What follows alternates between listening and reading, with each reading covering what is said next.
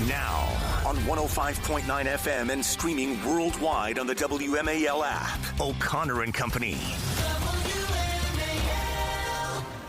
8:07, O'Connor and Company, busy Thursday morning. We're going to plow through what's left of this news cycle and revisit some of the major stories, including the dismissal of Jimmy Kimmel, the indefinite suspension, and also the interest rate drop that we got yesterday. Didn't make a whole lot of news. We'll find out why and whether it was enough. Steve Moore, Heritage Foundation, will join us on that. It's Larry O'Connor with Bethany Mandel this very busy Thursday morning. Thank you, Bethany, for being here. I'm thrilled to be here. I love hanging out with you. I spend so much of my day with small people.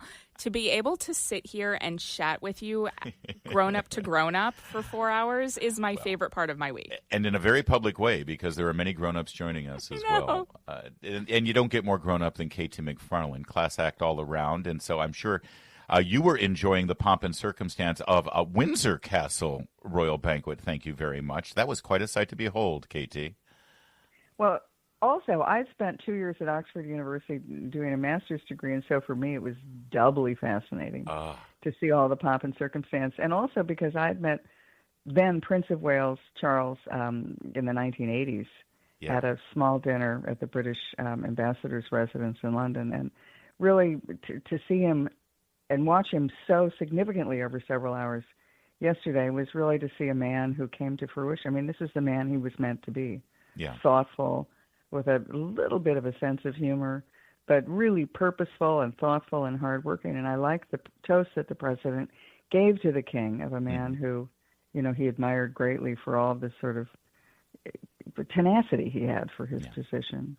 So it was great for me. I loved every single minute of it. It really was. People need to remember that when they host and fete and celebrate the President of the United States, they are also celebrating us, our nation. The toast was to the people, the American people, and it was so great to be so well represented. People are saying, though, that the real important meeting is going on right now with the Prime Minister. It's probably true in terms of the nuts and bolts, but there is an importance to the diplomatic importance of the visuals and the ceremony and everything that happened last night. That doesn't happen by accident. That was a message about this relationship, wasn't it?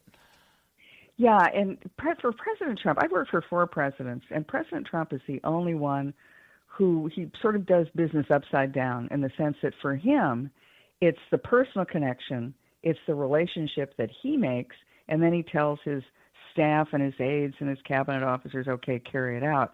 Most presidents, by the time they have one of these really formal grand meetings, they've already done all the hard work has been done by the staff, and it's really the top leaders, just for the photo op, sign the picture, they're finished. But for President Trump, the personal relationship is what drives it, not the national, not the whole bureaucracy and the team. So for President Trump, who had gotten to know the Prince of Wales before Trump even got involved in politics, remember President Trump built golf courses in Scotland. So he was familiar and had known him for a long time. And then when he met him during the first term, but after President Trump left office, you know, a lot of the world abandoned him. But the king, that's still Prince of Wales, Charles, kept up the conversation, kept communicating with him. So President Trump coming back into office, it's a return of a friend. And that friendship, that personal connection, I think has driven a lot of what President Trump has done in the relationship with Great Britain. So in Trump's first term, he tried to negotiate a U.S.-UK trade deal once Britain left the European Union, once there was Brexit. It didn't happen for a lot of their reasons and our reasons, but that's why President Trump drove the U.S.-UK trade deal as the first of the trade deals he did in his second term. And Britain has gotten very favorable terms, better than anybody else. First of all, they were first. But secondly, I think it's because of this enduring friendship and respect that the president has for Britain. So I was really troubled to see that right after the conclusion of this visit, that the UK is planning on acknowledging a Palestinian state, basically rewarding them for terrorism and all of the impact of the last 2 years. Do you think that there are conversations happening behind closed doors right now where Trump is trying to advocate for them not to reward terrorism, or do you think this is like more of a ceremonial sort of happy visit? I think it's a happy visit, ceremonial for sure. But today, as Larry just said, this is where the real business is done, and it's the trade element of it. and it's a mutual investment. But it's also going to be those tough conversations, which is going to be over Ukraine. It'll certainly be over potential recognition of a Palestinian state, whatever that means. I mean, who is this Palestinian state? Yeah, Where's right, the government? exactly. Is the head of it the head of Hamas? I mean, it's very vague and nebulous. I think it's for the part of Great Britain and France especially, their espousal of recognizing some nebulous Palestinian state is a lot of it for their own domestic political reasons. You know, the Muslim voting blocs are significant now in both countries. And the anti-Israel sentiment in Britain is really strong. I mean, anti-Semitism, but anti-Israel for sure. And so I think a good bit of that is a recognition from a weak prime minister that he can't do without a certain voting bloc, and he doesn't want to appear to be doing anything that's pro-Israel. So once Macron announced he was going to recognize a Palestinian state, I think it was inevitable that the British Prime Minister would follow through. Although, saying that, I have no idea what that means. Yeah, you know, exactly. Recognition of a state, are you supposed to exchange ambassadors? You're supposed to have state visits with each other? You're supposed to we don't even know what this Palestinian state is. Is it Hamas?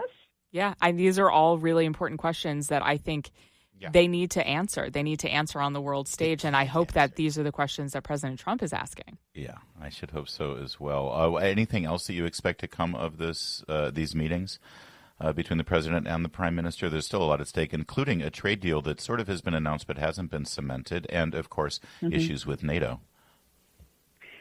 I think that a couple of things I would assume, are coming up in their conversations. Obviously, Ukraine. Obviously, the Palestinian-Hamas-Israel issue. But I also think President Trump's going to press him in private to say, okay, look, you've always wanted America to do so much for Ukraine.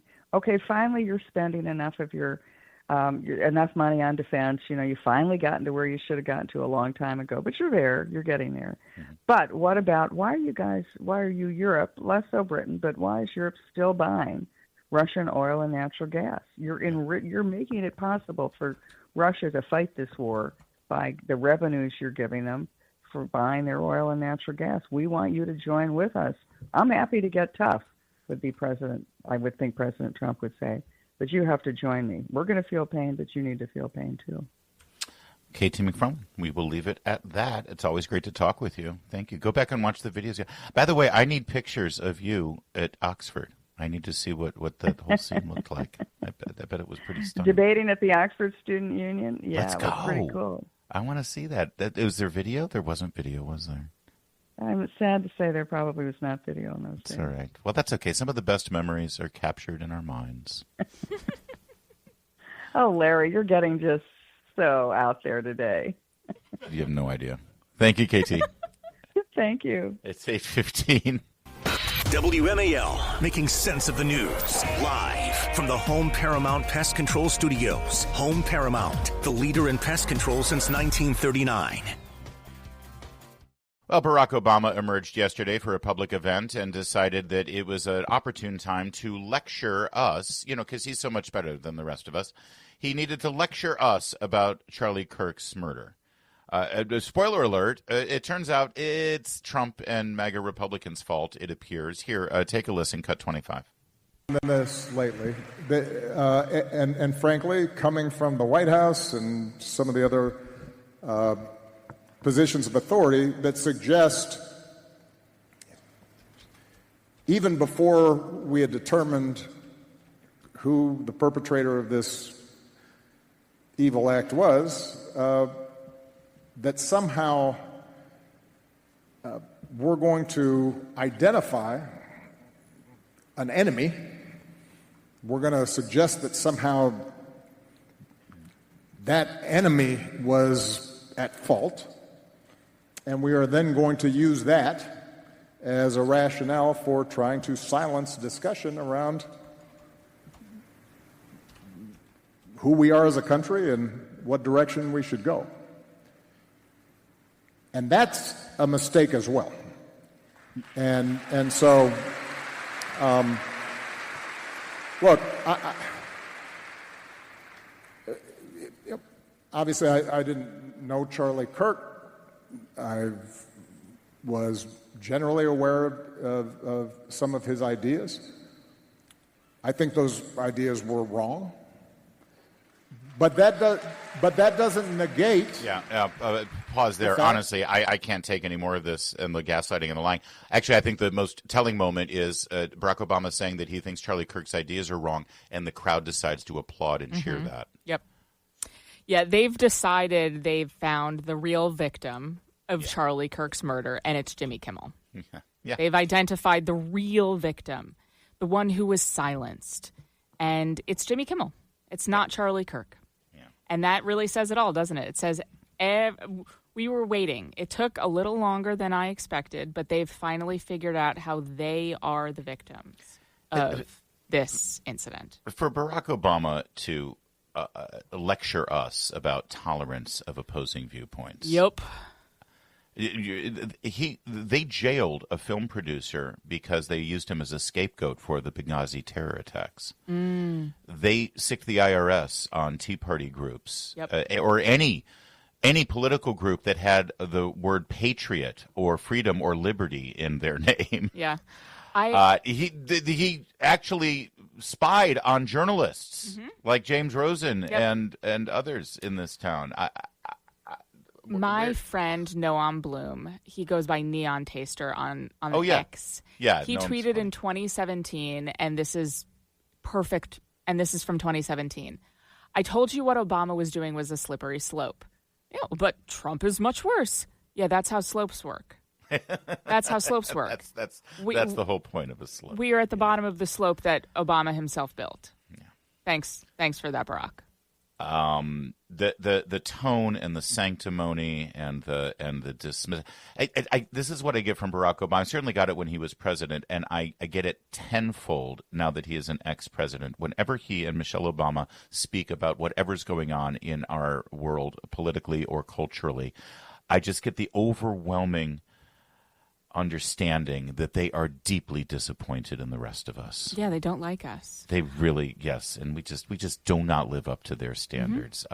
Meanwhile, I'm happy to have a man like J.D. Vance as the vice president, who is not ashamed to speak out and push back against this. He had an interview with Jesse Waters yesterday and was asked specifically about that. And, I'll let the vice president speak for himself. Barack Obama says your White House is dividing the country, and you're exploiting Kirk's death to attack Democrats. We're not exploiting Charlie Kirk's death to do anything except for achieve justice. And I think if Barack Obama, I haven't seen that comment, Jesse, but if he said that, that's absolutely disgusting. What we're trying to do is understand how young people are getting radicalized and who is funding all of these efforts at radicalization. We saw this in the summer of 2020. Now, thank God that wasn't primarily, actually over 20 people died in the riots in the summer of 2020. That is political terrorism. But it's not just the people who are killing the cops. It's not just the people who are engaging and throwing the Molotov cocktails and in the riots. Where was the money coming from? Who was organizing this violent activity? That is not going after Democrats unless, by implication, you're saying every single Democrat is involved in planning political violence. If that's true, then the problem isn't on Barack Obama's side. We're going to get to the bottom of the truth, and we're going to stop the political violence. And we're going to do it however we have to do it, of course, within the constitutional limits that Charlie loves so much. That's J.D. Vance with a very well said response. Yeah. I want to. A lot of Hill staffers tell me they listen to this show because they tell me they listen to this show. And our friend Hugh Hewitt wrote a piece for the Washington Examiner that came out yesterday that I want to throw into the ether and see if the spaghetti sticks to the wall. It's time to set up what the internet has done, set up a study to find out what the internet has done to young people. And he posits it as a Kirk Commission. The Kirk Commission, I saw this. Yes, and I think it's brilliant. We need to get to the bottom of how the internet is radicalizing young people. Congress does a lot of stupid stuff that wastes a lot of time, but this could actually be a really good use of their time. Yeah. Perhaps we could have that TikTok conversation again. Yeah. I don't understand what the Trump administration is doing by giving them, extended pass again and again and again. Yeah. But this is something that the Kirk Commission, this is some good that can come of this. Great idea. By the way, real quickly, one thing that won't come of this is us being gaslit or lied to by Barack Obama and the rewriting of history. He would say things like, if they bring a knife, we bring a gun. He would say things like, I want you to argue with them and get in their face. He would say things like, I don't want to quell anger. I think people are right to be angry. I'm angry. Hit back twice as hard. That's who Barack Obama is, and don't let his rewriting of history fool you for one moment. It is 8:23. Yesterday, too late, Powell signaled a quarter-point interest rate cut. Will there be more? Was it enough? Will it make a difference? Or was it, well, too late? Steve Moore, Heritage Foundation, next. WMAL-FM, Woodbridge, Washington, a Cumulus media station. Making sense of the news. News Talk 105.9. News now. Now on 105.9 FM and streaming worldwide on the WMAL app. O'Connor and Company. What a busy morning, and we are giving you full coverage of the ousting, it appears, at least as it's being called, a indefinite suspension of the Jimmy Kimmel Show. Lots to discuss there, of course, and the president's state visit to the United Kingdom and a whole lot of other stuff. It's Larry O'Connor with Bethany Mandel. And Bethany, Chris Plant's going to be coming into studio in 30 minutes. Are you ready? Have you started cleaning up? You know what I found out just now? What? I got out of cleaning up kid vomit. I left right before it started. Oh. So Seth is home cleaning up kid vomit this morning. Your husband is cleaning up kid vomit. And I'm with you, baby. Don't count your chickens. Chris Plant is still coming in. There's an opportunity for vomit still in your life. Just via Chris. Yesterday, too late, Powell finally announced that there would be a quarter-point reduction in the interest rate. This comes after an 11-1 vote, which wasn't even close, frankly. So the question is, was this too late? Should we expect more? And will there be any sort of economic impact? Let's bring in Steve Moore, who's forgotten more about the economy than anyone on that Fed board will ever know. Thank you, Steve, for joining us. Also, by the way, of course, senior fellow at the Heritage Foundation, co-founder of Unleash Prosperity. Okay, Steve, is this going to make a difference? Well, first of all, I just can't get over the pain of the fact that Jimmy Kimmel is not going to be on late night TV anymore. I know. I mean, that just breaks my heart. Thoughts and prayers. We're all in mourning. I can get through the day. I watched that show once about 4 years ago. Yeah, you and everybody else once 4 years ago. First of all, for anybody who follows the Fed, I mean, Jerome Powell is very good at speaking for a half an hour and saying nothing. It's just gibberish out of him. So if people are confused by all this, everyone is. Look, Jerome Powell hates Donald Trump, and the feeling's mutual.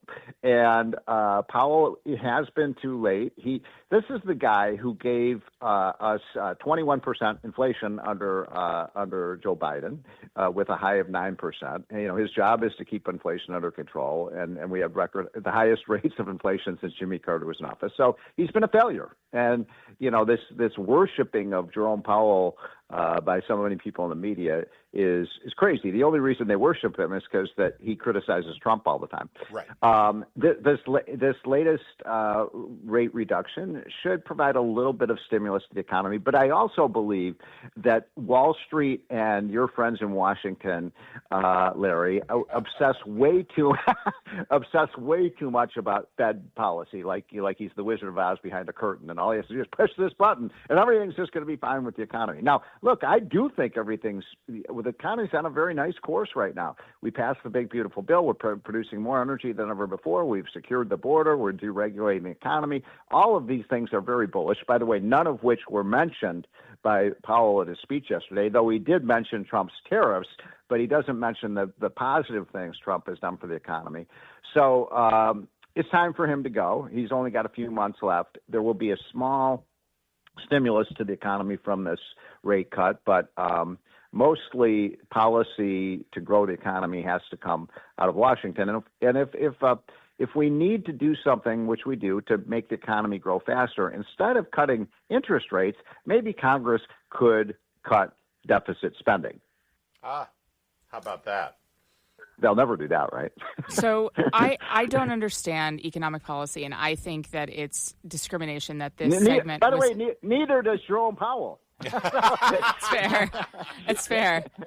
But I'm reading that mortgage rates are not going to follow this rate cut. Am I correct in what I'm seeing?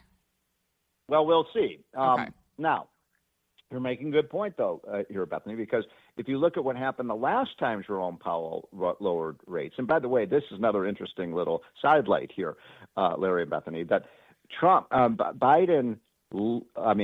Powell lowered the interest rates by 50 basis points right before the election. Remember that? Like 6 weeks before the election. You think he might have been pushing his thumb on the scale to help Kamala Harris? No. Gee, I wonder timing. about Never. Right timing to help try to Kamala over Trump, but of course she didn't, thank God. And now he's waited 7-8 months under Trump to get the rates lower, even though inflation is lower today than it was when Biden was president. So do you think he might have been a little political there? I think so. Now, sorry, I didn't answer your question. So how will this affect mortgage rates? Well, if you look at what happened back in prior to the election, they lowered the short-term interest rate because that's the only thing that the Fed has control over. But you were exactly right that the mortgage rates actually rose, they didn't fall. And the reason for that, of course, Larry, because, you're a student of economics. I am a student of the Steve Moore School of Economics, yeah. There you go. So when what drives the long-term rates, like the 10-year Treasury bill or the mortgage rate, is what the perception is in the economy about what's happening with inflation. So sometimes when the Fed lowers rates at the bottom, people think, they're going to flush more money into the economy. That means inflation is going to go up. And what does that do to the mortgage rate, Larry? That brings it up. It makes it increase. Oh, gosh, I knew you'd get it. You got it. You had a 50-50 chance of getting that right. That's true. And I was worried, I'll be honest with you. So that's where we're at. Can I ask a follow-up question? A very quick one because we're up against it. Do you think that mortgage rates are ever going to be as low as they were in the 2020-2021? Or was that just? I hope so. I hope so. We have a shortage of housing, and I do. Look, I want to say this loud and clear. The buttons that Trump is pushing on the economy, other than tariffs, as you guys know, I'm not a big fan of the tariffs, but everything else Trump is doing is very pro-growth, cutting taxes, cutting regulation, promoting American energy, getting security of the border, all of these things. The tax bill that allows businesses to write off their business expenses right away is causing a capital investment surplus in this country. We're seeing a boom. So I'm optimistic about the U.S. economy. But Powell said, next year the economy is going to grow 1.6%. I'm like, why are you talking about the U.S. or Zimbabwe? I mean, we're not going to grow 1.6%. We're going to have over 3% growth next year. You heard it first on Larry O'Connor on WMAL. You're on O'Connor and Company, growth Steve. next year. Yes. Thank you, Steve Moore, Heritage Foundation. And please subscribe to the Unleash Prosperity newsletter. It's brilliant stuff. Thank you, Steve. Did I tell you? Did you mention it's free? There's no inflation here. It's free. Go to unleashprosperity.com and you get it for free. It costs nothing. All right. Well, that ad's going to cost you something. You owe me a drink. Thank you, Steve. It's Okay. 8:44. That's a wrap, Bethany. Thank you, as always. What a delightful morning spent with you. It was so delightful. And it was even more delightful to see the one and only Chris Plant. It's delightful. It's de-lovely. You're in a good mood. Sure, I'm always in a good mood. And, notwithstanding the commie pig dogs that plague us in America. You see, speaking of which, you see Congressman Jamie Raskin, the lost Marx brother. Yeah. He's off on a jag.